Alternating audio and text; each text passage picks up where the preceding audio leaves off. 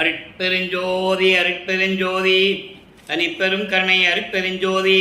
எல்லா உயிர்களும் இன்புற்று வாழ்க, வள்ளல் மலரடி வாழ்க வாழ்க. கொல்லா விரதம் குவளை எல்லாம் ஓங்குக, நல்லோ நினைத்த நலம் பெறுக, நன்றி நினைத்த எல்லோரும் வாழ்க இசைந்து.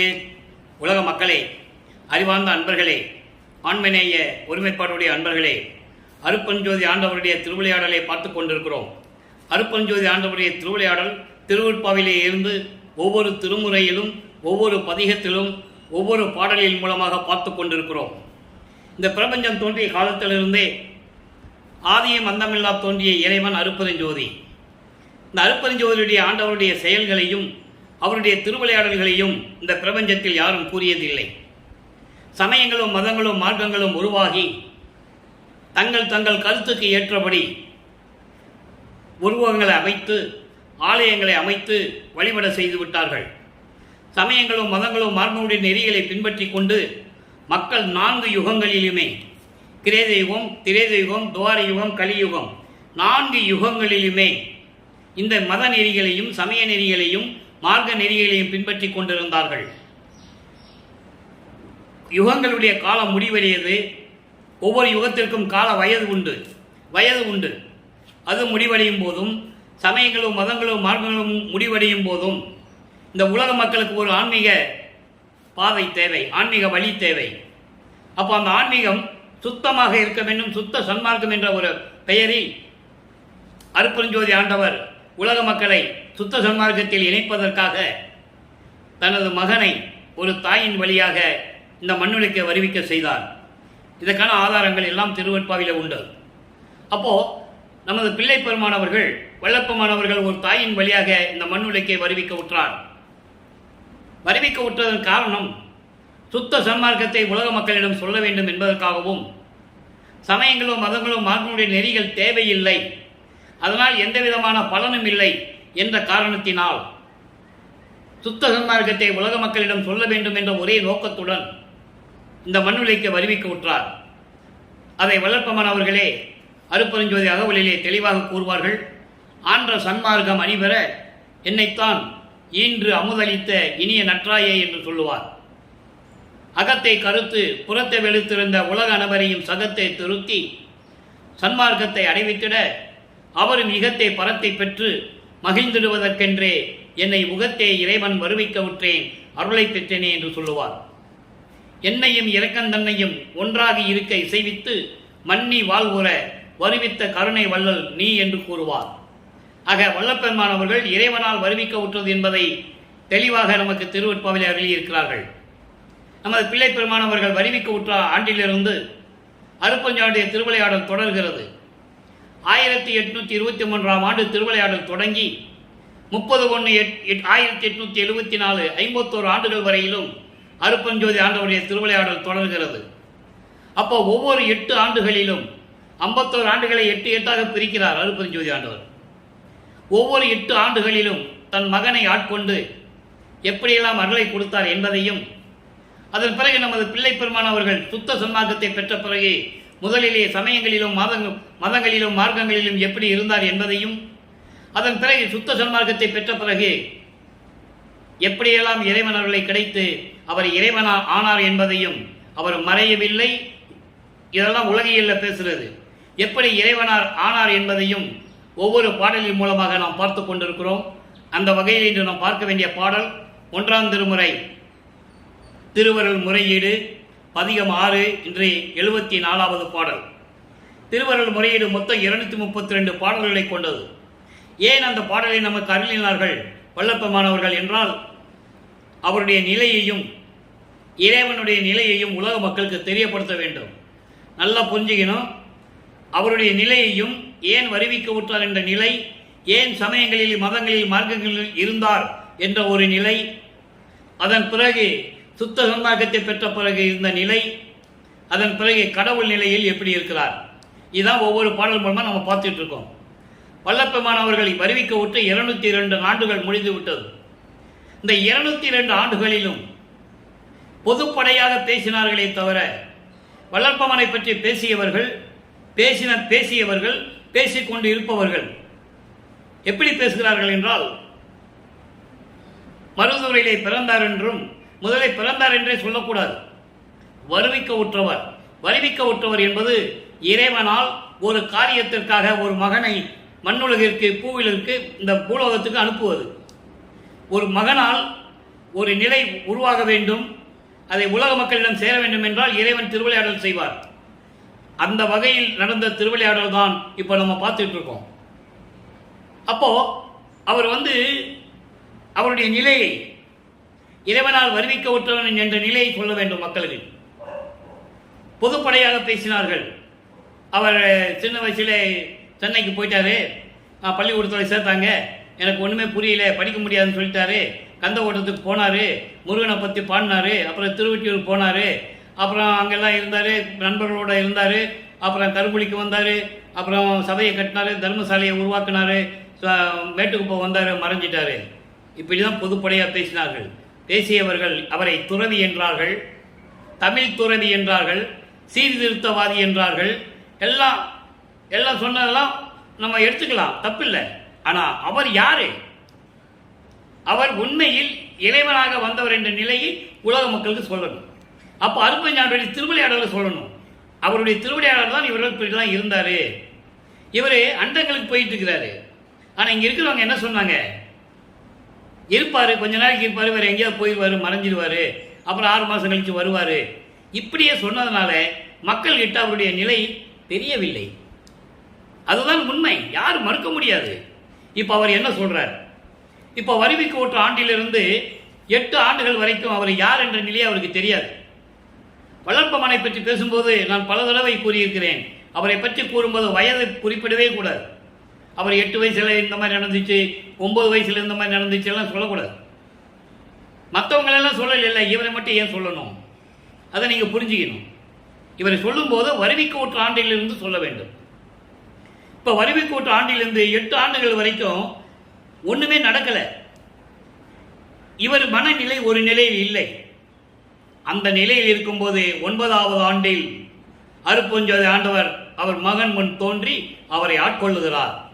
மகனே, நீ என்னால் வருவிக்க உற்றவன், உனக்கு முன்பருவம் பின்பருவம் காட்டி அருளை கொடுப்பேன் என்று சொல்லி மறைந்து விடுகிறார். எப்படி இருக்கும் நினைச்சு பாருங்களேன். அப்போ அவர் மனசு எப்படி இருக்கும்? மனம் வெதும்பி போயிருக்கிறார். பிள்ளை அருட்பெருஞ்சாண்டவருடைய பிள்ளை இறைவனுடைய பிள்ளைன்னு அவருக்கு தெரியும், மீதியெல்லாம் மறைப்பு நிலையில் இருக்கு. அப்போ சுத்த சன்மார்க்கத்தை பற்றி அவருக்கு தெரியாது, ஒன்றுமே சொல்லலை இறைவன். அவர் அருட்பெருஞ்சோதின்னு சொல்லலை, சுத்த சன்மார்க்கம் இருக்குது மகனே, அதுக்காக தான் உன்னை நான் வர வச்சேன்னு சொல்லலை. இது சொன்னதெல்லாம் 6வது 8, அதை நம்ம பார்க்க போகிறோம். 6 8 48, 48வது ஆண்டில் தான் சொல்கிறாரு. வருவிக்க விட்டு 48வது ஆண்டில் தான் சொல்கிறாரு. அதை நம்ம இன்னைக்கு பார்க்க போகிறோம். அதனால் இந்த நிலையில் இருக்கும்போது அவர் மனம் ஒரு நிலையில் இல்லை. வருவிக்க விட்டவன் என்று தெரிஞ்சிடுச்சு, இறைவனுடைய பிள்ளைன்னு தெரிஞ்சிடுச்சு. வெளியே சொல்லவும் முடியாது, சொல்லவும் கூடாது. ஏன்னா சத்தியமணி தான் அங்கேருந்து விண்ணுலகத்திலிருந்து வராரு. அதெல்லாம் பாடல்கள் இருக்கு, நம்ம பார்த்துருக்கோம். இப்போது இந்த நிலையில் இருக்கும்போது அவர் இறைவனிடம் முறையீடு செய்கிறார். நல்லா கவனிக்கணும். உன்னால் வருவிக்க விட்டோன்னு எனக்கு தெரிஞ்சிடுச்சு, உன்னுடைய மகன் தெரிஞ்சிடுச்சு, சீக்கிரம் வந்து அருளை கொடு அப்படின்னு சொல்கிறார். அதான் திருவருள் முறையீடு. இப்போ பாருங்க, போகம் கொண்டு ஆர்த்த அருளார் அமுத புனர் முளையை பாகம் கொண்டு ஆர்த்த பரம்பொருளே. நல்ல கவனிக்கணும். இறைவனை இந்த சமயங்களும் மதங்களும் மார்க்கங்களும் 4 யுகங்களிலுமே சிவபெருமானை எப்படி உருவகப்படுத்தின, பல பெயர்களை கொண்டு எப்படி அழைத்து கொண்டிருந்தார்கள். சைவ சமய தலைவர்கள், சைவ சமய புறவர்கள், இவங்களாம் எப்படி கூப்பிட்டு இருந்தாங்க? சிவபெருமான் சொல்லுவாங்க, நடராஜன் சொல்லுவாங்க, சொக்கநாதன் சொல்லுவாங்க, மாசிலாமணின்னு சொல்லுவாங்க, கந்தன் சொல்லுவாங்க, பிச்சை ஆண்டின்னு சொல்லுவாங்க. இப்படி பல பெயர்களை அழைத்து கொண்டிருந்தார்கள். அதை இங்க சொல்றாரு. ஏன்னா அப்போ அவர் சொல்லிதான் ஆகணும், காலத்தின் கட்டாயம், வேற வழியே கிடையாது. அதனால இறைவன் முறையீடு செய்கிறார். எப்படிப்பட்ட இறைவன்? போகம் கொண்டு ஆர்த்த, போகம் கொண்டு ஆர்த்த அருளார் அமுத புனர் முளையை பாகம் கொண்டு ஆர்த்த பரம்பொருளே, நின் பத நினையா வேகம் கொண்டு ஆர்த்த மனத்தால் இவ்வேலையின் மெலிந்து மிகவும் சோகங்கண்டு ஆர்த்து நிற்கின்றேன், அருள தொடங்குகவே. சொல்லிட்டாரா? இவர் தெரிஞ்சு போச்சு, வறுமைக்கு விட்டவன் தெரிஞ்சு போச்சு, வெளியே சொல்ல முடியாது, சீக்கிரம் வந்து எனக்கு அருளை கொடுன்னு சொல்றாரு. அருளை தொடங்குவே. இப்போ இந்த பாடலுடைய விளக்கம் பாருங்க அன்பர்களே. நான் ஏற்கனவே கூறியது போல மற்ற புராணங்களிலோ காவியங்களிலோ வர திருவிளையாடல்களை சொல்லணும்னா கதையாக சொல்லிடலாம், கதையாக சொல்லலாம், சிரிப்பு வர்ற மாதிரி ஜோக்கு சொல்லி காமெடி சொல்லிலாம் சொல்லலாம். ஆனால் இது சொல்ல முடியாது. அதனால தான் ஒவ்வொரு பாடல் மூலியமாக பார்க்குறோம், ஒவ்வொரு பாடலில் என்ன இருக்குதுன்னு பார்க்குறோம். உண்மை இது, கற்பனை அல்ல, கதை அல்ல, இறைவன் கொடுத்த விளக்கம். சிவபோக அனுபவம் கொண்ட இறைவனே, உமையாலை ஒரு பக்கமாக கொண்ட பரம்பொருளே. அதான் அமுத புனர் முளைன்னு சொல்றாரு. அமுத புனர் முளை என்பது ஒரு பெண்ணை குறிப்பது. அந்த பெண் யார் என்றால் உமையாள். சிவபெருமான் அப்படிதான் சொன்னாங்க, பார்வதியோட இருப்பாரு, உமையாளோட இருப்பாரு, இப்படிதான் சொன்னாங்க இல்லையா? அதை இவர் சொல்றாரு. அப்படி ஒரு பக்கம் உமையாளை கொண்ட இறைவனே, உன்னுடைய திருவடிகளை நினைக்காமல் அலைபாயும் இந்த கொடிய மனத்தால், ஆர்த்த மனத்தால், ஆர்த்தம் என்பது அலைபாய்கின்ற மனம், குரங்கு போல தாவி தாவி செல்லக்கூடிய மனம். இப்படி மனத்தால், அலைபாய்கின்ற மனத்தால் இந்த ஏழையே மெலிந்து மிக சோகம் கொண்டு ஆர்த்து நிற்கின்றேன், மிக சோகத்துடன் நின்று கொண்டிருக்கிறேன். மனசு அலைபாயுது, என்னன்னு தெரியல. நீ என்னை ஆட்கொண்டு விட்டு சென்று விட்டாய், முன்பருவம் பின்பருவம் காட்டி அருளுவேன் என்று சொல்லி சென்று விட்டாய். எப்ப வந்து அருளுவ? இந்த நிலையில் நான் நின்று கொண்டிருக்கிறேன். இந்த மண்ணுகளிற்கு விரைந்து வந்து, இப்போ அவர் அங்கே போக முடியாது. விண்ணுலகத்துக்கு எப்போ போறாருன்றதை இன்னைக்கு நம்ம பார்க்க போறோம். நல்லா கவனிச்சுட்டே வரணும். விண்ணுலகத்துக்கு இங்கிருந்து எப்போ போறாரு, எப்படி போறாரு, இன்னைக்கு நம்ம பார்க்க போறோம். ஒவ்வொரு நாள் பார்த்துக்கிட்டு தான் இருக்கோம். இன்னைக்கு ரொம்ப தெளிவாக பார்க்க போறோம். அந்த மாதிரி பாடல் இன்னைக்கு இருக்கு. இந்த மண்ணிலே விரைந்து வந்து அருளை கொடுக்க தொடங்க வேண்டும் என இப்ப தொடங்கினாதான் 51 ஆண்டுகள் முடியும். அப்போ அவருக்கு அந்த நிலை தெரியாது. அருளை கொடுக்கணும்னு கேட்கிறாரு. இப்போ இதுக்குள்ள வளர்ப்பவன் அவர்களுக்கு 13 ஆண்டுகள் 12 ஆண்டுகள் முடிந்து விட்டது. 13வது ஆண்டு தொடங்குது. 13வது ஆண்டு என்பது அவர் ஒரு 17 ஆண்டுகளுக்குள் இருந்து கொண்டிருக்கிறார். வறுமைக்க விட்டு 2வது எட்டில் இருந்து கொண்டிருக்கிறார். அப்ப 13வது ஆண்டில் அவர் மனம் தூண்டுகிறது. அல்பஞாண்டு தூண்டி விடுறாரு, மனசு உள்ளத்தை தூண்டி விடுறாரு. நீ திருவொற்றியூருக்கு போக சொல்லவன, திருவொற்றியூருக்கு போக சொல்லு, பாட்டில் இருக்கு. இப்போ பார்க்க போறோம் பாருங்க. திருவொற்றியூருக்கு போறாரு. அங்க போய் இறைவனிட எப்படி முறையீடு செய்கிறார்? பழமொழி மேல் வைத்து பரிவு கூறுதல். தலைப்பு பேரே அதான், அற்புதமான தலைப்பு. உலகியல்ல ஒரு பழமொழி வச்சு சொல்லுவாங்க, அதை எப்படி சொல்லி எப்படி இறைவனிடம் முறையீடு செய்கிறார்.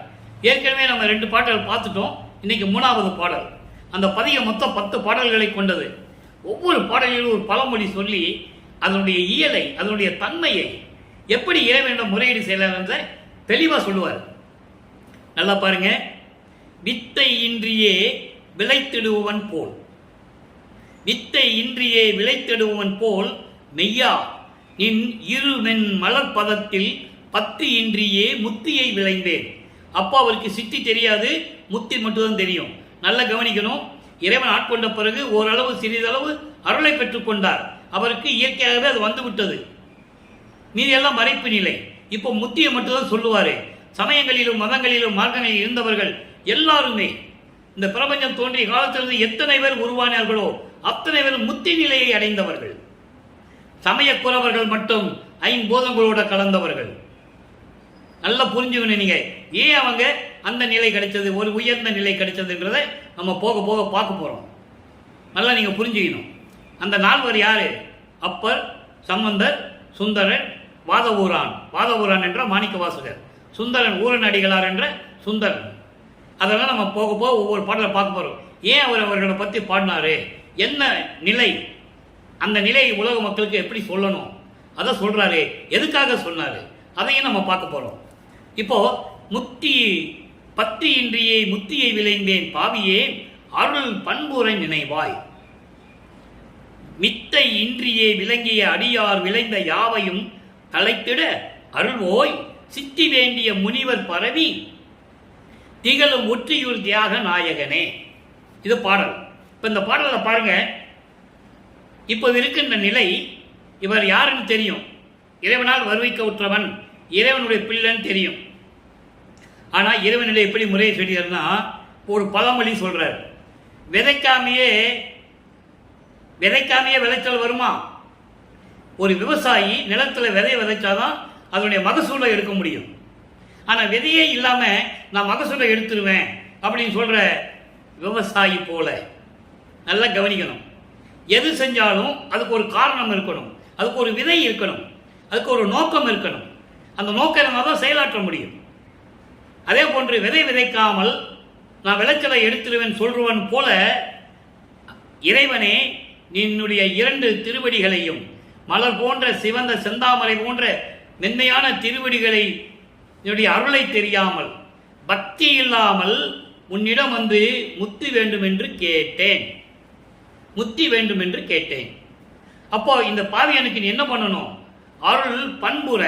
அருள் பண்புற நினைவாய், நல்ல நேரத்தில் சிறப்பாக எனக்கு அருளை கொடுக்க வேண்டும், அதை நீ நினைக்க வேண்டும். இவனுக்கு அருளை கொடுக்கணும்னு நீ நினைக்கணும்.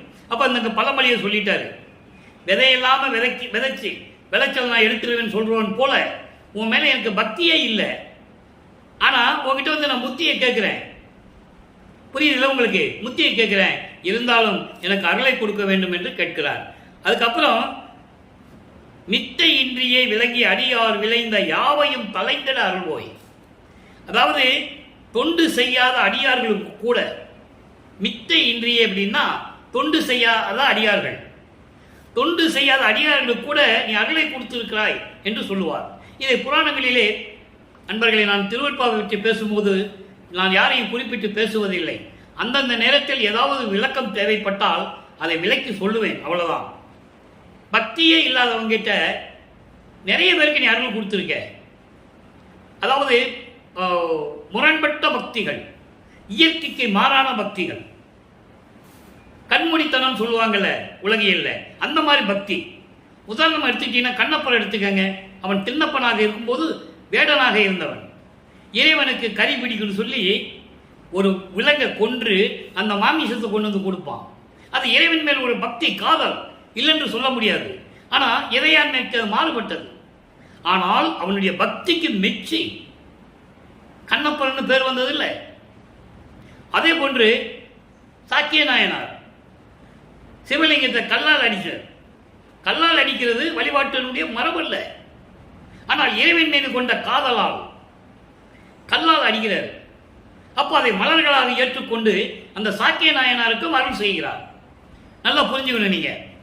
இது ஏன் சொல்றேன்னா, இந்த மாதிரி ஒரு செயல் ஈடுபட்டவர்களை, உன்மேல் காதல் கொண்டவர்களை எல்லாம் நீ அருளை கொடுத்தாய், அதே போன்று எனக்கும் அருளை கொடுக்க வேண்டும்.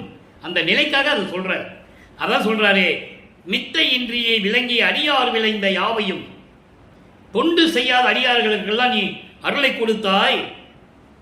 அதாவது சித்தி வேண்டி முனிவர்கள் பரவ, சித்தி வேணும் சொல்லி முனிவர்கள் வணங்கி கொண்டிருக்க, அப்படிப்பட்ட இறைவனே, திருவொற்றியூரிலே விளங்கி கொண்டிருக்கின்ற இறைவனே, திருவொற்றியூர் தியாகராஜ பெருமானே என்று சொல்லி இந்த பாடலை அருளியிருக்கிறார்கள். இந்த பாடலுடைய மைய கருத்து பழமொழி மேல் வைத்து பரிவு கூறுதல்.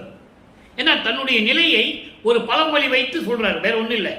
உலகியல்ல என்ன சொல்லுவாங்களோ அந்த மாதிரி ஒரு பழமொழியை வைத்து தன்னுடைய நிலையை கூறுகிறார் உலக மக்களுக்கு. உலக மக்களே, விதையே விதைக்காம விளைச்சல் எதிர்பார்க்கிறவன் போல நான் இறைவன் மீது பக்தி இல்லாம அவங்கிட்ட போய் நான் முத்தியை கேட்டுக்கிட்டு இருக்கேன். நல்லா புரிஞ்சுக்கணும். இதுதான் அதனுடைய மைய கருத்து. அவருடைய நிலையை கூறுகிறார். இந்த நிலையில் நான் இருந்தேன் என்று கூறுகிறார். சரி, இப்போ 2:8 முடிஞ்சிடுச்சு. 3வது 8க்குள்ள போறார். 3:24. இது தினமும் சொல்லிதாகணும். உங்களுக்கு போர் அடிக்கிறதுக்காகவே என்னடா சொல்றதையே சொல்லிட்டு இருக்கிறாரு அப்படி நீங்க தயவு செஞ்சு நினைக்க வேண்டாம். இறைவனுடைய திருவிளையாடலை சொல்லும்போது ஒவ்வொரு நிலையும் வரும்போது தொடர்ச்சியை சொல்லிதாகணும்.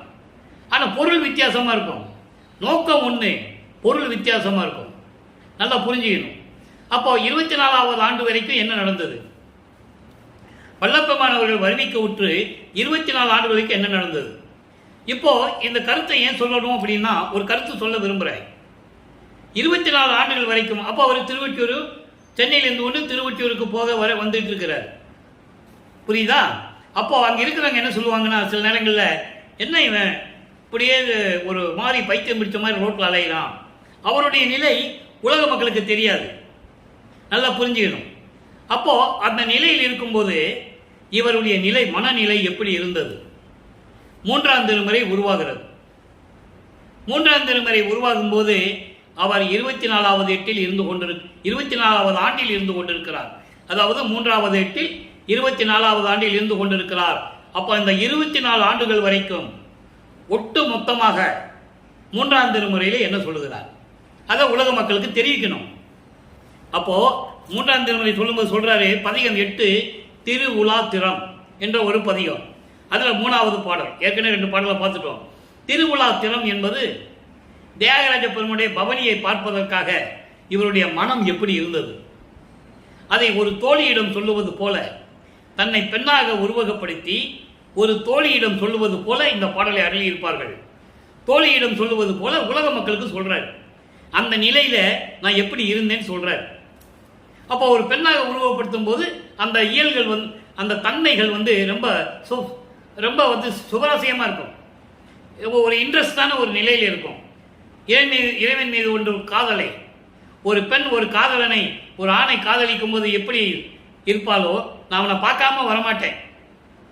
தோழி சொல்லுவா, வாடி நம்ம போகலாம், அவர் இன்னைக்கு வரமாட்டார், உன் காதலன் வரமாட்டார்னு சொல்லும்போது காதலி சொல்லுவா, அதெல்லாம் கிடையாது, நான் பார்க்காம வரமாட்டேன், அவனை பார்க்காம நான் தண்ணி கூட குடிக்க மாட்டேன், சாப்பிட மாட்டேன், தூங்க மாட்டேன், அவைந்த கூந்தலை கூட நான் முடிக்க மாட்டேன் அப்படின்னு பேசிக்குவாங்க. இதை நீங்க உலகியல்ல பார்க்கலாம். அதே போன்று இந்த பாடலை அருளியிருக்கிறார்கள், நல்லா கவனிங்க. சேலார் தடம் சூழ் ஒற்றி நகர் சேரும் செல்வ தியாகரவர், ஆளார் களமேல விளங்கும் முகம் அல்லது ததும்ப வரும் பவனி நாள் ஆரணம் சூளை. ஆரணம் என்பது வேதங்கள், நாள் ஆரணம் என்பது 4 வேதங்கள். நல்லா நீங்க கவனிச்சுட்டே வாங்க, விளக்க நான் சொல்றேன். நாள் ஆரணம் சூழ வீதியிடை நாடி புகுந்து கண்டு அளவு பார்க்காம, கண்டு அளவு பாலார் குதலை பெண்ணே, தோழியை சொல்றாரு, பாலார் குதலை பெண்ணே நான் பாயில் படுக்கை பொருந்தேனே. நான் பாயில் எல்லாம் பண்ணியுமே படுத்து தூங்க மாட்டேன், அவனை பார்க்கிறதே சரி, பார்க்காம வர முடியாது என்னால். அப்போ இறைவன் மீது எவ்வளவு காதல் கொண்டுண்டால் அதை சொல்லுவார் என்றதை நீங்கள் புரிஞ்சுக்கணும். இப்போ இந்த பாட்டுடைய விளக்கம் பாருங்க. அதாவது சேலார், சேலார்னா சேல்னா மீன்கள், சேல்னா மீன்கள், மீன்கள் சூழ்ந்த, மீன்கள் இருக்கின்ற நீர்நிலைகள் சூழ்ந்த, நீர்நிலைகள் இருந்தால் மீன்கள் துள்ளி விளையாடும். அப்போ நீர்நிலைகள் சூழ்ந்த மீன்கள் துள்ளி விளையாடும் செழிப்போடு விளங்கி கொண்டிருக்கின்ற திருவொற்றியூர் நகரில் இருக்கின்ற தியாகராஜ பெருமான் அவர். தியாகராஜ பெருமான் அவர் ஆளார் களமேல் விளங்கும் முக அழகு ததும்ப வரும் பவனி. அதாவது ஆழகால விஷம் உண்டு. நான் ஏற்கனவே சொல்லியிருக்கிறேன், பார்க்கடலிலே கடையும் போது அமுதம் வரும், அதில் பாம்பு விஷத்தை கக்கிடும். அதை என்ன செய்து தேவர்கள்லாம் திகைச்சிட்டு இருக்கும்போது சிவபெருமான் எடுத்து அதை சாப்பிட்டுருவார், சாப்பிட்டு கழுத்தலை நீட்டிக்குவார். அதான் களம்னு சொல்றார். நீலகண்டன் பேர் அதனால தான் வந்தது. நீல நிறத்தில் அந்த விஷம் மாறியதுனால நீலகண்டன் பேர்.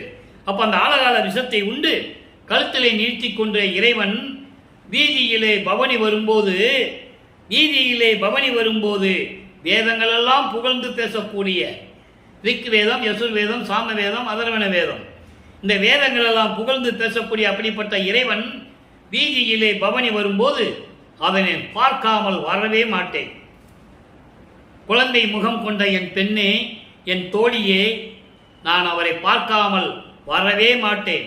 பாயில் படுக்க மாட்டேன் அப்படின்னு அர்த்தம், தூங்க மாட்டேன், உண்ண மாட்டேன், தூங்க மாட்டேன் என்று அர்த்தம். அப்போ இறைவனுடைய பவனியை பார்ப்பதற்காக நான் திருவொற்றியூரில் நின்று கொண்டிருக்கிறேன் உலக மக்களே என்று உலக மக்களுக்கு தெரிவிக்கிறார்.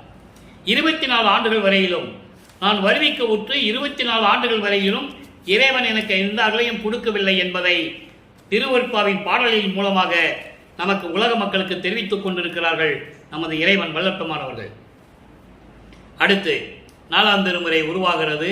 4×32 வல்லப்பமானவர்கள் வருவிக்க உற்று 32 ஆண்டுகளாகிவிட்டது. இப்ப என்ன நடக்குது? அற்புதமான இந்த 8 ஆண்டுகள், அதாவது 25வது ஆண்டிலிருந்து 32 ஆண்டுகளுக்குள் இந்த 8 ஆண்டுகளில் நடந்ததுதான் அற்புதம். இறைவன் வந்து அருளை கொடுக்கிறதும், இவர் அந்த நிலைகளை இப்போ பார்க்க போகிறோம். பாருங்க. அன்பு மாலை 30வது பாடல். பூத நிலை முதல் பரநாத நிலை அளவும். நல்லா கவனிக்கணும். இங்கே தான் இறைவன் எழுந்தருளி தன் மகனுக்கு எப்படி அருளை கொடுக்கிறார். இது வரைக்கும் திருவொற்றியூருக்கும் ஏழுகணத்திற்கும் நடந்து சென்று கொண்டிருந்த நமது பிள்ளை பெருமான் அவர்கள் அப்போவருக்கு எந்த சித்தியும் கிடையாது, எந்த அருளையும் கிடையாது, நடந்து தான் போகணும். அவர் வேறு வழியே கிடையாது. ஆனால் இப்போ என்ன நடக்குதுன்னு மட்டும் பாருங்க. பூத நிலை முதல் பரநாத நிலை அளவும் போந்து அவற்றின் இயற்கை முதல் புணர்ப்பு எல்லாம் விளங்க, வேத நிலை ஆகமத்தின் நிலைகள் எல்லாம் விளங்க, வினையேந்தன் உள்ளிருந்து விளக்கிய மெய் விளக்கே. 8 வரி இந்த பாடல். முதல் 4 வரிக்கு விளக்கம். அதாவது வல்லப்பமானவர்கள் இந்த 24 ஆண்டுகள் வரையிலும் வருவிக்க விட்டு 24 ஆண்டுகள் வரையிலும் சிவபெருமான் சொல்லுவார், நமச்சிவாயன் சொல்லுவார், சிவாயனமன் சொல்லுவார், சங்கர அரகர என்ன மாசிலாமணி என்ன பேர் சொல்லணுமோ சொல்லுவார். 4ஆம் திருமுறை வரும்போது நிலைகள் மாறும். ஏன்னா படிப்படியாக தன் மகனை கடத்தி கொண்டு சென்றுகிறார். தன் மகனை ஒவ்வொரு நிலையிலிருந்து கடத்திக்கிட்டே போறாரு அருட்பெருஞ்சாண்டவர். இவருக்கு தெரியாது. இவரை தெரியாமலேயே இவர் கடந்து கொண்டு இருக்கிறார். அதை நீங்க புரிஞ்சுக்கணும். இப்போ இந்த பாடல் என்ன சொல்றன்னா, பூத நிலை, இந்த 5 பூதங்கள் இருக்குல்ல, நிலம் நீர் நெருப்பு காற்று ஆகாயம், 5 பூதங்களுடைய நிலையும் அந்த பூதங்களுடைய தத்துவிகளுடைய நிலை அது இருக்கு. இப்படி நிலைகளை எல்லாம் கடந்து பரநாத நிலை வரை. பரநாத நிலை என்பது சிவஞான நிலை. அந்த பரநாத நிலை அளவும் எனக்கு அந்த நிலையை உணர்த்தி கடத்தி நல்லா சூப்பர். இந்த நிலைகளெல்லாம் கடத்தி கொண்டு போறார் மகனை. அந்த நிலைகளெல்லாம் உணர்ந்து அவற்றின் இயற்கை முதல், இயற்கை என்பது அதனுடைய இயற்கையான தன்மை, அதனுடைய செயல்கள் என்ன, பூத நிலைகளுடைய செயல்கள் என்ன, இந்த தன்மை எல்லாம் புணர்ப்பு எல்லாம் விளங்க எப்படி செயல்படுத்துவது, எப்படி தத்துவங்களுடைய நிலைகளை கடப்பது, எப்படி இந்த தத்துவிகளுடைய நிலைகளை கடப்பது, எப்படி அந்தங்களை கடப்பது என்ற நிலைகளை எல்லாம் விளக்கி சொல்லணும். இன்னும் கடக்கல, நல்லா ஞாபகம் வச்சுக்கணும். இன்னும் கடக்கவில்லை. அதனுடைய நிலைகள் எல்லாம் விளக்கி சொல்றதுக்கு தன் மகன் முன்னால் எழுந்தருளி அதை விளக்கம் சொல்லுகிறார். அதை தான் இந்த பாடல சொல்றார். அதை நல்லா நீங்க புரிஞ்சுக்கணும். புராணங்களிலும் காவியங்களில் சொல்லப்பட்ட கதையெல்லாம் மக்களுக்கு சொன்னாங்க, மக்களுக்கு தெரிஞ்சது. தந்தைக்கு உபதேசம் செய்தவன் முருகன் என்று சொன்னார்கள், மக்கள் நம்பினார்கள். இங்கே தந்தை வந்து மகனுக்கு எல்லாம் விளக்கி சொல்லுகிறார். மக்களிடம் யாரும் சொல்லவில்லை, மக்களுக்கு தெரியாது. இதுதான் நிலை நடந்து கொண்டிருக்கிறது.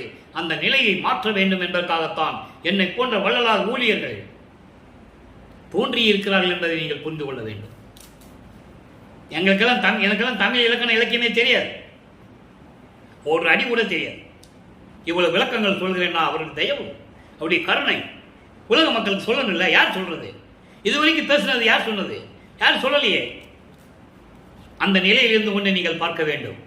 விளங்கிய இப்படியெல்லாம் எனக்கு விளங்கி வேதங்களுடைய நிலைகளையும், இந்த 4 வேதங்களுடைய நிலைகளையும், ஆகம நூல்கள் 28 நூல்கள் இருக்கின்றன, அதனுடைய நிலைகளை எல்லாம் எனக்கு விளங்கும்படி என் உள்ளத்திலிருந்து விளக்கிய மெய் விளக்கே. இப்பவும் அருட்பெருஞ்சோதி சொல்ல தெரியாதவருக்கு தெரியும், ஆனால் சொல்ல முடியாது. சுத்த சன்மார்க்கத்தை பெற்ற பிறகுதான் இவர் அருட்பெருஞ்சோதி சொல்லணும். அதான் காலத்தின் கட்டாயம். மெய் விளக்கென்ற இப்போ தியாகராஜ பெருமான் சொல்ல மாட்டார், நமச்சிவாயன் சொல்ல மாட்டார், மாசிலாமணின்னு சொல்ல மாட்டார், சொக்கநாதன் சொல்ல மாட்டார், நடராஜன் சொல்ல மாட்டார். அதை நீங்கள் புரிஞ்சுக்கணும். அதனால தான் நம்ம ஒரு பாடல் இருந்து பார்த்துட்டு இருக்கோம். மொத்தமாக சொல்லணும்னு நான் சொல்லிட்டு போயிடுவேன், அது பெரிய விஷயமே இல்லை. ஒரு கதை மாதிரி சொல்லிட்டு போயிடலாம். ஆனால் பாடல் இருக்கின்ற உண்மையை சொல்லணும். அதான் உண்மை. உண்மை என்னைக்கும் சாகாது, சத்தியம் நிலைக்கும். அதை நீங்கள் புரிஞ்சுக்கணும். நெய் விளக்கே அடுத்து சொல்றாரு பாருங்க. ஆக எல்லா நிலைகளையும் எனக்கு கொடுக்க, வேதங்கள் ஆகமங்கள் நூல்கள் எனக்கு விளங்கும்படி என் உள்ளத்திலிருந்து எனக்கு விளக்கிய மெய் விளக்கே இறைவனே. போத நிலையாய் அதுவும் கடந்த இன்ப நிலையாய். போதம் என்பது மெஞ்ஞானம். நான் ஏற்கனவே சொல்லியிருக்கிறேன். 4 வருடங்களாக நான் யூடியூப்ல பேசிட்டு இருக்கேன். ஞானம் என்ன, மெஞ்ஞானம் என்ன. ஞானம் பெற்றவர்கள் பல கோடி, மெஞ்ஞானம் யாரும் கிடையாது. அருட்பெருஞ்சாண்டவர், அதுக்கப்புறம் வல்லற்பெருமான் தான். இதுக்கான ஆதாரங்கள் திருவருட்பாவில் இருக்கு. திருவருட்பாவில் இருக்கு, இது பொய் இல்லை, கற்பனையாக சொல்றதில்லை. ஆதாரங்கள் நீங்க கேட்டீங்கன்னா நான் எடுத்து கொடுத்துருவேன். அது எந்த விதமான மாற்று கருத்து கிடையாது. மெஞ்ஞானம் அதான் போத நிலையாய், மெஞ்ஞான நிலையாய், மெஞ்ஞான நிலை கடந்த சிவானந்த அனுபவம். அதான் சொல்றாரு, இன்ப நிலையாய், பேரின்ப நிலையாய். பேரின்ப நிலை என்பது இறைவனுடைய சிவானந்தம்.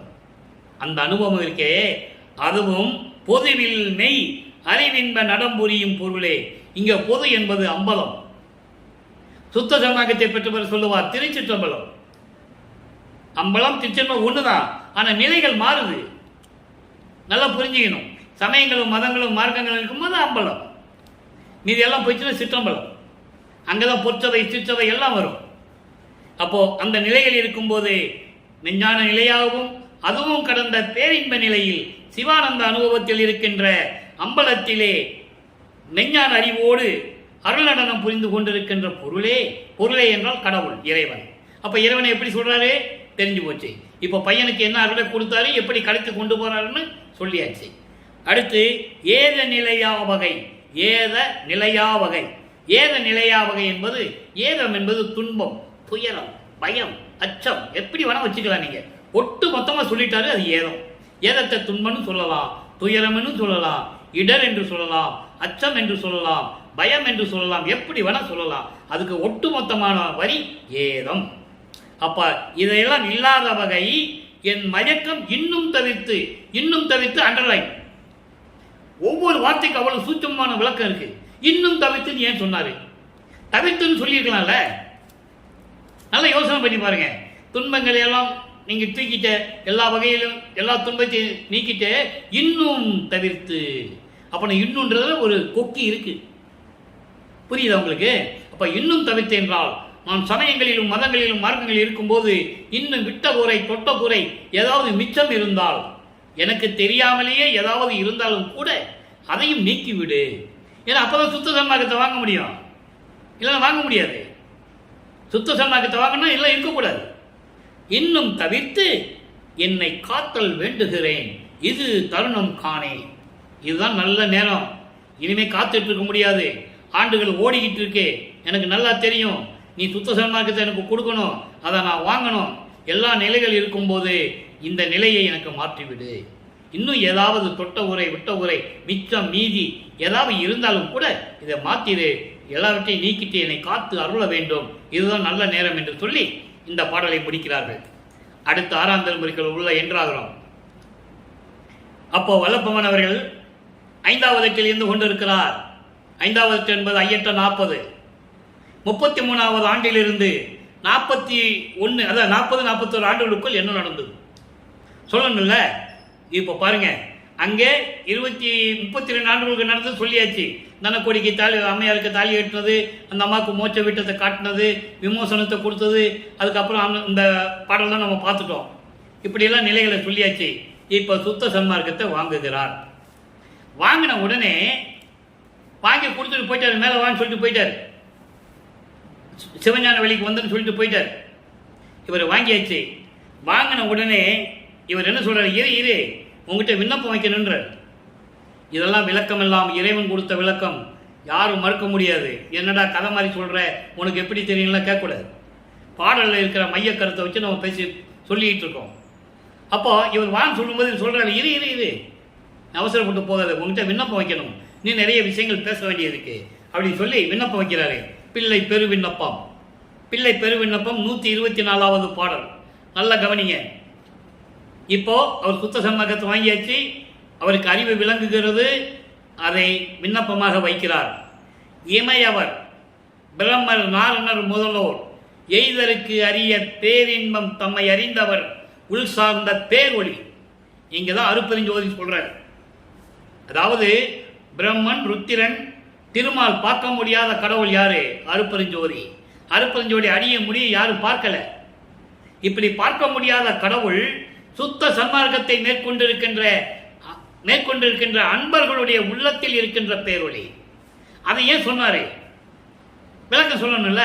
சும்மா பேரொளின்னு சொல்லிட்டு நான் பாட்டு போகலாம், அது முறையில். அப்படி சொல்லும்போது அதனுடைய விளக்கம் என்னவென்றால், சுத்த சன்மார்க்கத்தை இருக்கின்றவருக்கு தான் உயிர் இரக்கம் இருக்கும், ஒருமை உணர்ப்பாடு, ஆன்மநேய ஒருமைப்பாடு இருக்கும், தயவு இருக்கும், கருணை இருக்கும். அவனுக்கு தான் ஜீவகாமிய ஒழுக்கத்தில் இருக்க முடியும். அதனால இங்க சொல்றாரு, அவன் உள்ளம் சார்ந்த தேரொழியே நம் தயாநிதி தனி பெரும் தந்தை. எப்படி சொல்றாங்க? தனி பெரும் தந்தை. எல்லாம் தந்தைன்னு தான் சொல்லுவாங்க, இவர் தனி பெரும் தந்தைன்னு சொல்லுவாரு. அமையும் நம் உயிருக்கு துணை. அவர் தான் நமக்கு அமையக்கூடிய நம்ம கிட்ட வரக்கூடிய உயிர் துணை. யாரு? அருப்பஞ்சாண்டவர் தான் நமக்கு துணை, வேறு யாரும் கிடையாது. அப்போ அவருடைய நிலை மாறுகிறது இல்லை. 32 ஆண்டுகள் வரைக்கும் வருவிக்க விட்டு 32 ஆண்டுகள் வரைக்கும் என்ன சொன்னாரு? நமச்சிவாயம் நாம் காணும் துணை அப்படின்னு சொல்லுவார். சிவாய நம என்று துணை அப்படின்னு சொல்லுவார். நிலைகள் மாறிச்சா? இதை நீங்க புரிஞ்சுக்கணும். அதனால சுத்த சன்மார்க்கம் தெரியணும்னா அதை சொல்லிட்டு தான் வரணும்னு அவசியம் இல்லை. அவர் இதை சொல்றதுக்காக அங்கே இருந்தார். அதை மட்டும் நீங்க புரிஞ்சுக்கணும். நமச்சிவாயம் சிவாய நமன் சொல்ற மக்கள் எல்லாம் இருந்தாங்க. இப்ப நான் வந்துட்டேன், நீங்களும் வந்துருங்கன்ற. நீங்க நேரா வந்துருங்க, அங்க இருந்துட்டு வர வேண்டாம், நேரா வந்து அருப்பெருஞ்சோதி சொல்லிருங்க அப்படின்னு சொல்றாரு. அதான் நம் உயிருக்கு துணைன்னு சொல்றாரு. திருப்பொதுவில் ஐயர்தாம் வருகின்ற சமயம் இதுதான் நேரம். சத்தியஞான சபைக்கு வந்துருங்க. ஐயர்னா அருப்பெருஞ்சோதி வராரு, வந்துருங்கன்னு கூப்பிடுறாரு. இப்போது என்று எண்ணினான் இங்கு இருக்கும் தன்னையும் திருவுள்ளம் அறியும். நான் மண்ணுலகிலே நான் இருக்கிறேன், நீ வான்னு மேல கூப்பிடுற, இந்த விண்ணப்பத்தை கேட்டுப்போ அப்படின்னு சொல்லி இந்த விண்ணப்பத்தை வைக்கிறார். அடுத்து அதுக்கு பதில் வேணும்ல, விண்ணப்பம் வச்சுட்டார்ல, இப்போ அவர் அங்க போகணும்ல. நல்லா புரியணும். மற்றவங்க பேசுற மாதிரி எல்லாம் கிடையாது. நம்முடைய விளக்கம் இறைவனுடைய விளக்கம். இறைவன் எப்படி இருந்தார்? இந்த உண்மை. சிவ தரிசனம் ஒரு பதியத்தில் சொல்றாரு. இன்னைக்கு கடைசி பாடல் 10வது பாடல். ஏற்கனவே 9 பாடல் விளக்கத்தை பார்த்துருக்கோம். இப்போ என்ன சொல்றாரு? இவர் வர சொல்றாரு. இவர் நில்லுன்னு சொல்லி விண்ணப்பம் வச்சுட்டார்ல. இப்போ என்ன நடக்குது? அப்போ இவர் இங்கிருந்து போகணும். எங்க? சிவஞான வெளிக்கு போகணும். அப்போ 33வது ஆண்டில் எல்லாவற்றையும் துறந்து சமயங்களையும் மதங்களையும் மார்க்க நெறிகள் எல்லாம் விட்டு தனக்கோடி அம்மையாருக்கும் மோட்சத்து வீட்டை காட்டிவிட்டு இப்போ எல்லாரையும் துறந்து எல்லாவற்றையும் துறந்து மேலே செல்ல தயாராக இருக்கிறார். அதை சொல்றார். சிவஞான வெளிக்கு போகணும். இங்க இருக்கிறவங்க சொல்லுவாங்க, அவர் எங்கேயோ போயிட்டாரு, ஓடி போயிட்டாரு, அடுத்த ஊருக்கு போயிட்டாரு, தெருவில் போயிட்டாரு, வர்றதுக்கெல்லாம் ரொம்ப நாளாகும், 6 மாசம் கழிச்சு வருவாரு. அப்படியே அது உலகியல்ல சொல்றது. அதெல்லாம் நீங்க மனசுல வச்சுக்காதீங்க, அதெல்லாம் தவறு. இப்ப இவர் சொல்றாரு பாருங்க, நான் காட்டையெல்லாம் கடந்து விட்டேன், நாட்டை அடைந்து உனது கடிநகர் பொன்மதில் காட்சி கண்குளிர கண்டேன். சும்மா பேசுவாங்க, உள்ளத்துல பார்த்தாரு, அதை பார்த்து இதை பார்த்து. அப்படி கிடையாது. இவரை ஏம சித்தி வாங்கியாச்சு. இப்ப சாகா கல்வி அங்க போய் கற்றுட்டு வரணும், அங்கதான் போகணும். ஏன்னா அங்க சபை கூடணும். பிரம்மன் திருமால் ருத்திரம் சபைக்கு முன்னால தன் மகனுக்கு சாகா கல்வியை சொல்லி தரணும். பாட்டில் இருக்கே, யாரும் மறுக்க முடியாது. எல்லாம் சபை கூடுது. திருக்குறள் மட்டும் அவையறணும்னா சபை கூடணும்னு சொன்னாங்க. உண்மை. சபை அரங்கேற்றம் பண்ணணும், அப்ப சபை கூடணும், அங்க செய்யணும். அதே போல இவருக்கு சாகா கல்வியை கொடுக்கணும்னா எல்லாமே பார்க்கணும். இந்த உலகம் ஃபுல்லா அறியணும். காட்டை கடந்து விட்டேன், சமயங்களையும் மதங்களையும் மார்க்கங்களையும் இந்த தொல்லைகளை எல்லாம் விட்டு நான் கடந்து சென்று விட்டேன். நாட்டை அடைந்த என்ன? சிவஞான வெளி. நாடு என்ன? ராஜ்யம், அருளாட்சி செய்கின்ற ராஜ்யம். சிவஞான வெளியை அடைந்து உனது கடிநகர் மதில், பொன்மதில். கடிநகர்னா பொன் போன்று மின்னிக் கொண்டிருக்கின்ற உனது சிற்றம்பலத்தில், அந்த இடத்தில் பொன்மதில் காட்சி கண்டு, தங்கத்தால் செய்து பொன் போன்று மின்னிக் கொண்டிருக்கின்ற உன்னுடைய திருச்சிற்றம்பலத்திலே உன்னுடைய காட்சியை கண்டு கண்குளிர கண்டேன். போயிட்டாருங்க. கண்குளிர கண்டேன். கோட்டையெல்லாம் கொடி கட்டி கோலமிட பார்த்தேன்.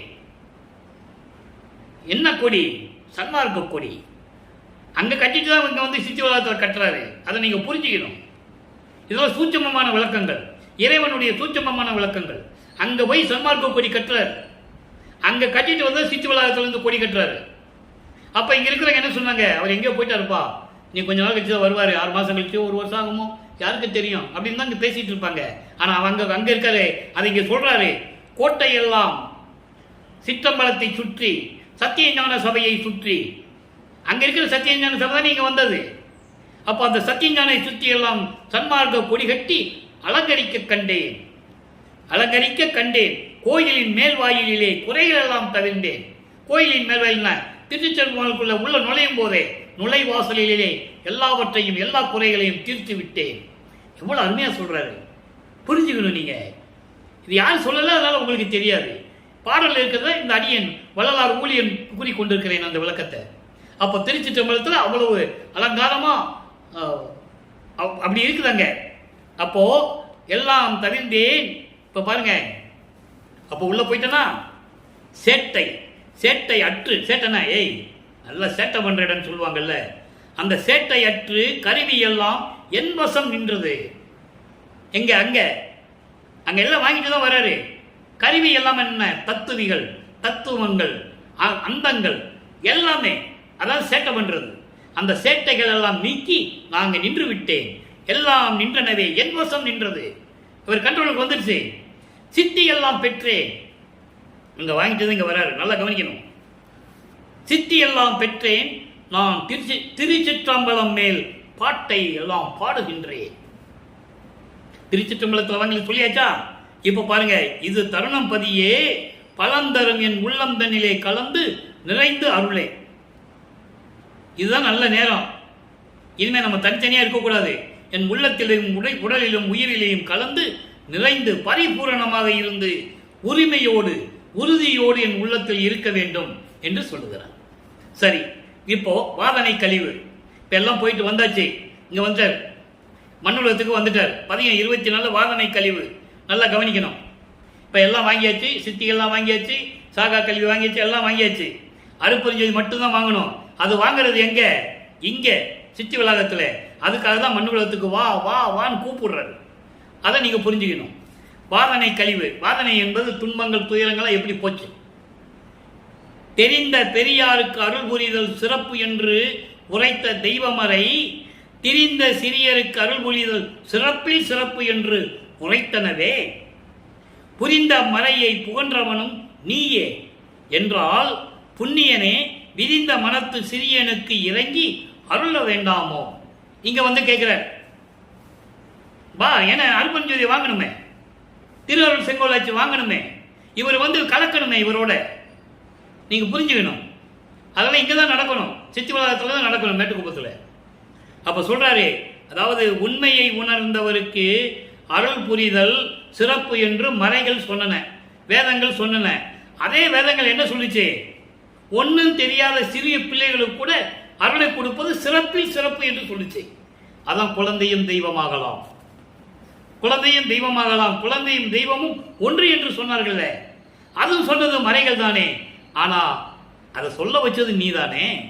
எப்படி சொல்ற பாருங்க, அதை சொல்ல வைத்தது நீ என்றால் புண்ணியனே, புண்ணியனே பல சிந்தனைகளை உடைய எனக்கு, மனக்குழப்பத்தில் இருக்கின்ற எனக்கு நீ உடனே வந்து எனக்கோடு வந்து தயவு கூர்ந்து எனக்கு அருள வேண்டாமா இந்த மண்ணுலகத்தில் என்று சொல்லுகிறார். ஏன் இதை சொல்றாருன்னா, மண்ணுலகத்தில் முன்னால் வருவிக்கு உற்றவன், மனித உடம்பை எடுத்தவன் என்று இங்கே நினைத்துக் கொண்டிருக்கிறார்கள். அதை இந்த உலக மக்களுக்கு முன்னால் விண்ணுலகத்தில் நீ காமிச்சிட்ட, எனக்கு சந்தோஷம். அதே இதை நீ மண்ணுலகத்தில் காட்டணும். நீ வந்து என்னோட கலக்கணும், நம்ம 2 பேரும் மறைஞ்சு போயிடணும், ஒளியாகி போயிடணும், இறைவனாயிடணும். அதான் இங்கே சித்தி உலகத்தில் நடந்தது. இப்ப பாருங்க, தனித்திரங்கள்ல அதை சொல்ற 160வது பாடல் பதிவு 110 எங்க இருக்கிற பதியத்துல பாடலுக்கு எங்க விளக்கம் முடியுது பாருங்க.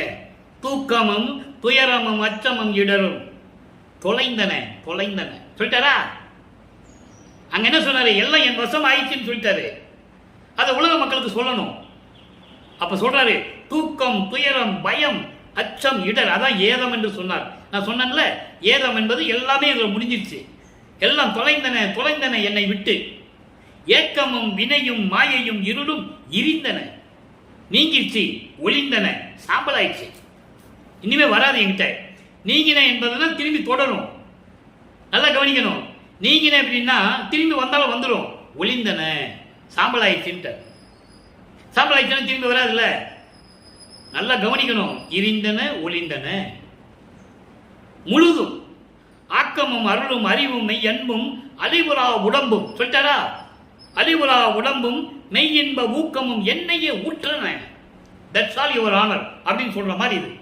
கோர்ட்ல கேஸ்ல முடிவு வரும்போது ஏதாவது சொல்லுவாங்க. ஆக்கமும் வலிமை, அருள், மெய்யறிவு, மெஞ்ஞானம், அன்பு, அழிவுறா உடம்பு. நீ இந்த மண்ணுல வந்து எனக்கு தரணுன்ற. உன்னால மனித உடம்பை எடுத்தவன் நான். அப்ப அந்த உலக மக்களுக்கு என்னை நீ தெரியப்படுத்தணும். இவன் என் மகன், இவன் அறிவில்லாதவன் என்று நீ உலக மக்களுக்கு சொல்லணும். அதான் சொல்றாரு, அழிவுறா உடம்பும் மெய் இன்ப பேரின்பமும் ஊக்கமும் என்னையே உற்றன. அப்ப கொடுத்துட்டார். உற்றன சேர்ந்துருச்சு, வாங்கிட்டார். உலகீர் சொல்றாரு பாருங்க, அதான் முக்கியம். உலகீர், உலக மக்களே, இதெல்லாம் எனக்கு கிடைச்சிச்சுப்பா. உண்மை இவ்வாசகம் உணர்மீன். இது நான் சொல்லுவதெல்லாம் உண்மை, சத்தியம். தெரிந்து கொள்ளுங்கள், உணர்ந்து கொள்ளுங்கள் சொல்லிட்டாரா. மேலே போனது எல்லாம் வாங்கினது, மறுபடியும் மண்ணுலகத்துக்கு வந்தது, இங்கே வாங்கினது எல்லாம் உலக மக்களுக்கு சொல்லிட்டாரு. இப்போ ஒரு விளக்கம், மெய்யர் வியப்பு 83வது பாடல். உள்ளும் புறத்தும் கருணை அமுது ஊட்டும் அன்னையே, ஓதாது உணரும் உணர்வை உதவும் அன்னையே, தெல்லும் கருணை செங்கோல் செலுத்த செய்த அப்பனே. சொல்லிட்டாரா செங்கல் வாங்குறது, திருஅருள் செங்கல் வாங்குறது சொல்லிட்டாரா. இப்படி ஒவ்வொரு பாடலையும் ஒவ்வொரு விதமாக சொல்லுவாரு. அதை தான் நம்ம திருவிளையாடலுடைய விளக்கத்துமாக நம்ம பார்த்துட்டு இருக்கோம். இன்னைக்கு 74வது பதியம் பார்த்துருக்கோம். இன்னும் 3 வருஷம் நான் சொல்லணும். ஒவ்வொரு பாடலையும் எப்படி சொன்னார், ஒட்டு மொத்தமாக சொல்லணும்னா ஒரே நாளில் சொல்லிட்டு போயிடலாம். ஆனால் அவருடைய நிலையை ஒவ்வொரு பாடலும் சொல்றாரு. அதை தான் நம்ம மக்களுக்கு சொல்லிட்டு இருக்கோம். அதை நீ புரிஞ்சுக்கணும். ஏன் இது ஒரே நாளில் சொல்லிட்டு போயிடலாமே, ஏன் டெய்லி 40 நிமிஷம் 45 நிமிஷம் பேசணும் சொல்லணும் அப்படின்னு நீங்கள் நினைக்கலாம். அது தவறு. ஒவ்வொரு நாளும் எப்படி சொல்றாரு, ஒவ்வொரு நாளும் ஒரு நிலைகளை எப்படி கடந்து போறாரு. கதை சொல்றது இல்லை, பாடலில் இருக்கிற உண்மையை உலக மக்களுக்கு சொல்லிட்டு இருக்கோம். அதை நீங்க நல்லா மனசுல வச்சுக்கணும். தயவு செஞ்சு பாருங்க, பதிவை பாருங்க. இது வருமானத்திற்காகவோ வேண்டுமென்றோ பொழுது போகல அதனால பேசிட்டு இருக்கான்னு நீங்க சத்தியமா நினைக்காதீங்க. திருவருட்பால் மக்கள்கிட்ட கொண்டு சேர்க்கணும். ஒரே குறிக்கோள், இறைவன் எனக்கு இட்ட கட்டளையை சரிவர செய்யணும், செம்மையா செய்யணும். அந்த நோக்கத்துக்காக தான் நான் ஒவ்வொரு நாளும் தினமும் நான் இடைவிடாமல் நான் பதிவு பண்ணிட்டு இருக்கேன். அப்போ இப்படியெல்லாம் இருக்கின்றதை கருணை செங்கோலை கொடுத்து அருளாட்சி செய்க என்று செப்பிய என் தந்தையே, என் அப்பனே என்று சொல்லுகிறார். செல்வ பிள்ளையாக்கி என்னுள் சேர்ந்த அப்பனே சொல்லிட்டாரா. அவருக்கு செல்வ பிள்ளைன்னு பேர் வச்சவர் அருப்பெருஞ்சோயாண்டவர். நம்ம மக்களால் பேர் வச்சதுதான் திரு அருட்பிரகாச வள்ளலார். அவங்க உலகியல்ல வந்ததுக்காக அந்த உறவு அவருக்கு ராமலிங்கன்னு பேர் வச்சாங்க. ஆனா அருட்பெருஞ்சோயாண்டவர் தன் பிள்ளைக்கு வைத்த பெயர் செல்வ பிள்ளை. கொள்ளை என இன்பம் கொடுத்தாய், நினது பிள்ளை செல்வ பிள்ளை என எற்கு பெயரிட்டாய், தெல்லமுதம் தந்தாய், சன்மார்க்க சங்கத்தை வைத்தாய், எந்தாய் கருணை இது பாடல சொல்லுவார். இதுக்கு மேல என்ன ஆதாரம் வேணும்? மக்கள்கிட்ட யாரும் சொல்லல, அதான் விஷயம். ஆக என்னை செல்வ பிள்ளையாக்கி வளர்க்கின்றாய் சொல்லிட்டாரா. இப்போ அம்பலவாணர் வருகை 113 ஏன் அம்பலவாணர் வருகை பாடல பாட்டு பாடுற மாதிரி ஏன் வச்சாரு? ஒரு கும்மி பாட்டு மாதிரி அந்த பாடல் இருக்கும். காரணம், அவர் கூப்பிடுறாரு, வரமாட்டேன்றாரு.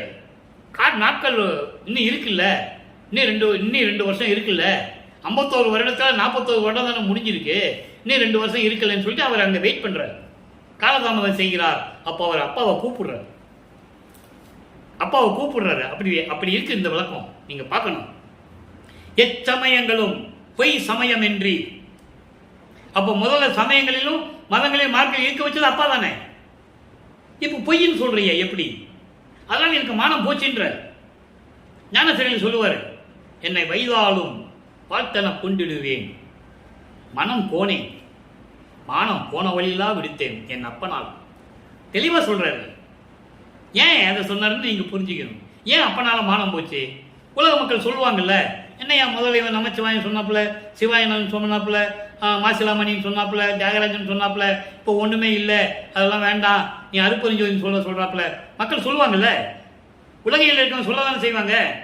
அதான் சொல்றாரு, எச்சமயங்களும் பொய் சமயம் என்று. பொய் சமயன்றது என்பது அதனுடைய கொள்கைகள். இருந்ததெல்லாம் உண்மை, இல்லாம இல்லை. சமயங்கள் இருந்தது, மதங்கள் இருந்தது, மார்க்கங்கள் இருந்தது, எல்லாம் இருந்தது.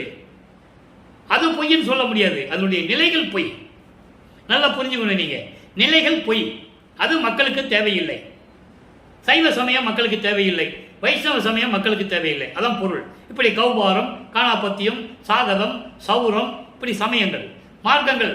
தசா மார்க்கம் முதல்ல கலக மார்க்கம். எங்க? திரேத யுகத்தில் கலக மார்க்கம், அப்புறம் திரேத யுகத்தில் கலக மார்க்கம், திரேத யுகத்தில் திராவக மார்க்கம். ஆக்சிடு மாதிரி அது.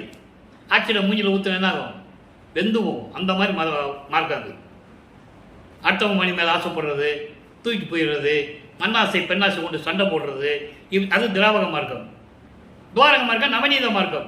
முழுக்க முழுக்க அவனை விஷ்ணு மார்க்கம். அது 9 அவதாரங்கள் எடுத்தது. இப்படி கலக மார்க்கம். இது பஸ்ப மார்க்கம், கலக மார்க்கம். இது கலியுக மார்க்கம் முடிஞ்சிடுச்சு.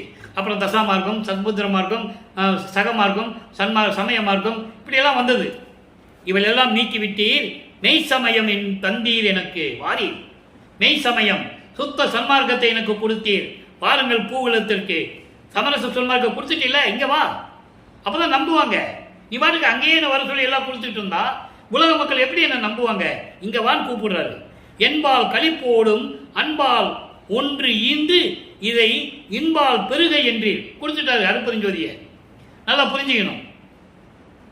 ஒன்று கொடுத்தீர், ஒன்று ஈன்று. ஒன்று என்பது அருட்பெருஞ்சோதி. அருட்பெருஞ்சோதி இங்க கொடுத்துட்டாரு. இன்பால் பெருக, சந்தோஷமாக பெற்றுக்கொள் என்று சொன்னீர். தென்பால் முகம் கொண்ட இறைவனே. அருட்பெருஞ்சோதி ஆண்டவர் தெற்கு திசையை நோக்கி இருக்கின்றவர். தெற்கு திசை, தென்முகம் கொண்ட. இப்ப நீங்க தீபம் இருக்கிற இடத்துல எல்லாம் தெற்கு பக்கமாக தான் திரும்பி இருக்கும். நீங்க வடக்கு பக்கமாக திரும்பி வழிபட வேண்டியிருக்கும். அதான் தென்முகம் கொண்ட இறைவனை என்று சொல்லுகிறார். எனவே அன்பர்களே, இன்று நாம் பார்த்த திருவிளையாடல் நிகழ்ச்சிகளை நாம் பார்த்து நீங்கள் மகிழ்ந்திருப்பீர்கள் என்று நான் கருதுகிறேன். நீங்களும் இப்படிப்பட்ட சுத்த சன்மார்க்கத்தில் சேர்ந்து அருட்பெருஞ்சோதி அருட்பெருஞ்சோதி தனிப்பெருங்க என்ற அருட்பெருஞ்சோதி என்ற மகாமந்திரத்தை உச்சரித்து இறைவனுடைய அருளையும் பொருளையும் எல்லாம் பெற்றுக்கொண்டு நோயற்ற வாழ்வில் நீங்கள் வாழ வேண்டும். அதற்கு நீங்கள் ஒரே ஒன்றுதான் செய்யணும். கொலையும் புலையும் தவிர்க்க வேண்டும். உயிர்களை கொலை செய்வது, மாமிசத்தை உண்பது, இந்த நிலைகளை நீங்கள் மாற்ற வேண்டும். உருவ வழிபாடுகளை ஒழிக்க வேண்டும். சமயங்களிலும் மதங்களில் கூறப்பட்ட சங்கற்ப விருப்பங்களை நீக்க வேண்டும்.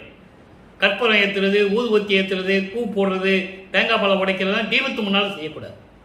தீபத்து முன்னால் செய்யக்கூடாது.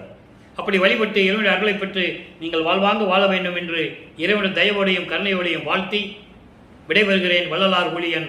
மீண்டும் நாளை அருட்பெருஞ்சோதி ஆண்டவருடைய திருவிளையாடலில் சந்திப்போம். நன்றி, வணக்கம். அருட்பெருஞ்சோதி அருட்பெருஞ்சோதி தனிப்பெரும் கருணை அருட்பெருஞ்சோதி. அருட்பெருஞ்சோதி ஆண்டவருடைய திருவிளையாடல் நாளையும் தொடரும்.